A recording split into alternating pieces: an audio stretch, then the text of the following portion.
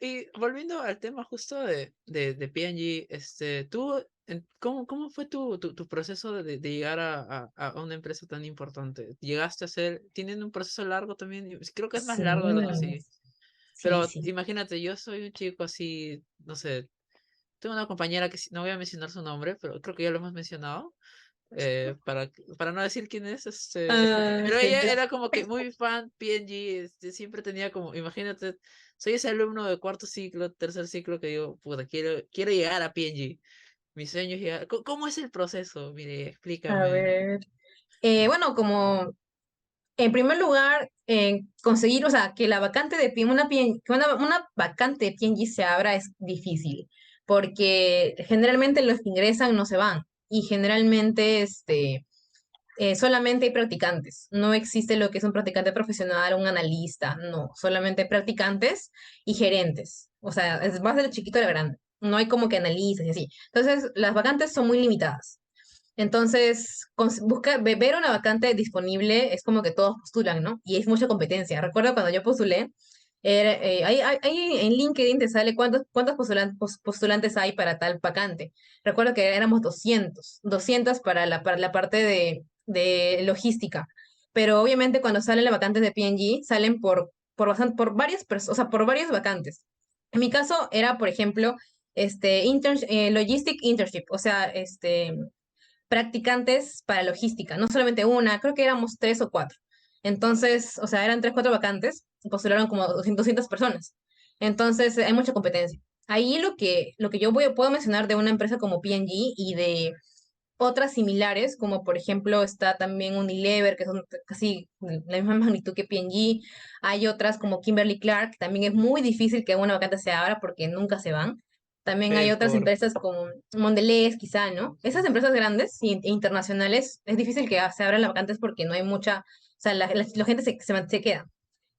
Bueno, como dije, hay mucha competencia y lo que ellos buscan en un estudiante, en un practicante, no es tanto conocimiento teórico, ¿no? No es tanto que sepas Excel o que sepas SQL o que sepas esas cosas. Lo que ellos buscan es que tengas un perfil de chico que pueda desarrollar habilidades como liderazgo, trabajo en equipo, que puedas trabajar bajo presión, que tengas ideas, que seas innovador. O sea, ellos buscan ese perfil. Y me di cuenta porque cuando yo postulé, primero vieron mi CV y me llamaron felizmente para la entrevista.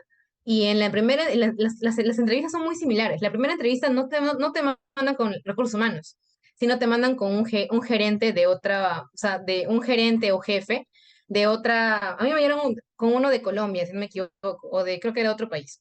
Y no era, él no era de recursos humanos, era un gerente de producción, creo.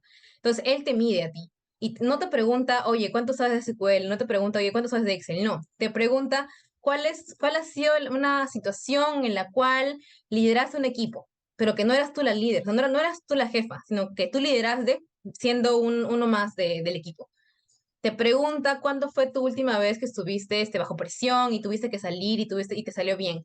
O te pregunta esas cosas, ¿no? ¿Cómo tú reaccionas ante situaciones? Y ahí ellos miden que si mientes o que no mientes. Y cómo es tu reacción, porque te preguntan algo que tú no estabas preparado, porque tú te preparas para tus preguntas simples, ¿no? De quizá cuáles son tus cinco cualidades, de cómo te acercas a 5 años, y así. O sea, que es lo típico. En esas empresas no son así, te preguntan algo más, y más que nada en Procter, porque yo he tenido también entrevistas en otras empresas, como por ejemplo Mondelez, como por ejemplo el mismo Unilever y así, son distintas. Y creo que hasta ahora P&G es la única que te pregunta estas cositas de ti, de cómo reaccionas y de cómo te miden ellos. También alguna clave muy importante para una entrevista con P&G es que tengas seguridad en lo que dices. Y que siempre sonrías y como que le caigas bien al que te entrevista. Creo que esa es una cualidad que te va a sumar mucho. O sea, que tú mismo te creas lo que dices y a pesar de que lo que tu ejemplo que estás mencionando no es lo más adecuado, no sé, si tú mismo te lo crees y cómo lo transmites, es lo que ellos más valoran. Y ya, pues, o sea, esa es la primera entrevista. La segunda, después de la primera entrevista te mandan un examen de inglés, porque obviamente Procter es una empresa multinacional, entonces tienes que saber inglés. Y ahí te miden todo, te miden listening, te miden reading, que era enorme ese texto, reading, te miden para escribir, grammar avanzado, ni siquiera grammar intermedio. Y sí, ya, pues, entre finalmente, lágrimas. pasas eso y después está la última entrevista, ¿no? Que es ya con el gerente, tu jefe, su jefe. Entonces él también, y si te das cuenta, las preguntas son las mismas o muy similares a las que te hicieron anteriormente. Igual él quiere medirte cómo cómo vas a ser tú como persona, cómo eres tú para reaccionar ante situaciones, para ser proactivo, iniciativa, todo eso. Entonces es lo que ellos miden. Y obviamente, como dije siempre, tratando de caer bien a la persona que te está entrevistando. Y obviamente no mentir, porque hay las personas, como todos, tienen un perfil muy bueno. A pesar de que no son recursos humanos, ellos te pueden leer cómo tú hablas, o cómo tú dices, cómo tú mencionas, o cómo tus gestos y todo eso. Entonces es muy útil que des esa impresión, por así decirlo.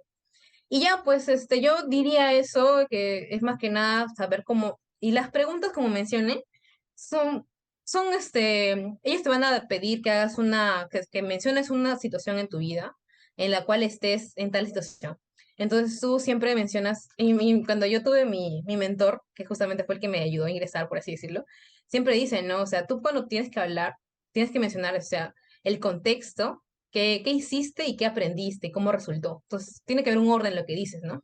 Y eso fue lo que a mí me dijeron, ¿no? O sea, cuando yo lo ordené bien bonito, me dijo que se entendió muy bien, que tuvo muy buena orden a lo que estás mencionando y así. Ni tanto la parte del fondo, sino también de la forma en cómo lo dices. Entonces, eso también llama mucho la atención en Procter, ¿no? Si te das cuenta, nunca me dijeron si sabía Excel, nunca me dijeron si sabía SQL, y creo que tampoco lo utilicé, pero ellos prefieren eso, ¿no? Que tengas un buen perfil y de ahí lo demás aprende solo. El SAP lo aprende solo en Procter, el Excel también y así. Entonces, eso le recomendaría a una persona que quiere postular, ¿no? Uf, bella información, para... Es demasiado, lo siento. ¿Por No, qué me preguntas? esa información debía saberlo. Le voy a mandar ese reel, ese contacto. Es como que llegó 2 años tarde, pero digo, No, no sorry. se puede, chicos.